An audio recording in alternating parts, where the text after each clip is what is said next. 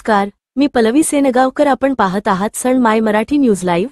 सर्वात मोठी breaking news आपण पाहू शकता की नांदेड जिल्ह्याचे खासदार रवींद्र चव्हाण यांनी घेतली आमरण उपोषणकर्त्या शेतकऱ्यांची भेट. आमचे नायगावचे प्रतिनिधी शिवाजी पांचाळ यांच्या माहितीनुसार आज भोकर येथील उपविभागीय अधिकारी तथा भूसंपादन कार्यालयासमोर सुधा प्रकल्पग्रस्त शेतकऱ्यांचे आमरण उपोषण सुरू आहे. या उपोषणस्थळी नांदेड जिल्ह्याचे खासदार रवींद्र वसंतराव चव्हाण साहेब यांनी भेट देऊन शेतकऱ्यांशी संवाद साधला.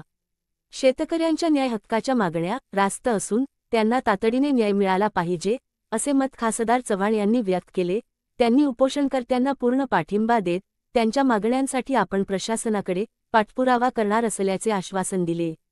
या महत्त्वपूर्ण प्रसंगी भोकर मतदारसंघातील काँग्रेस पक्षाचे सर्व ज्येष्ठ नेते कार्यकर्ते आणि मोठ्या संख्येने शेतकरी बांधव उपस्थित होते. शेतकऱ्यांच्या एकजुटीला सलाम. या बातमीचा आढावा आमचे नायगावचे प्रतिनिधी शिवाजी पांचाळ यांनी घेतला आहे.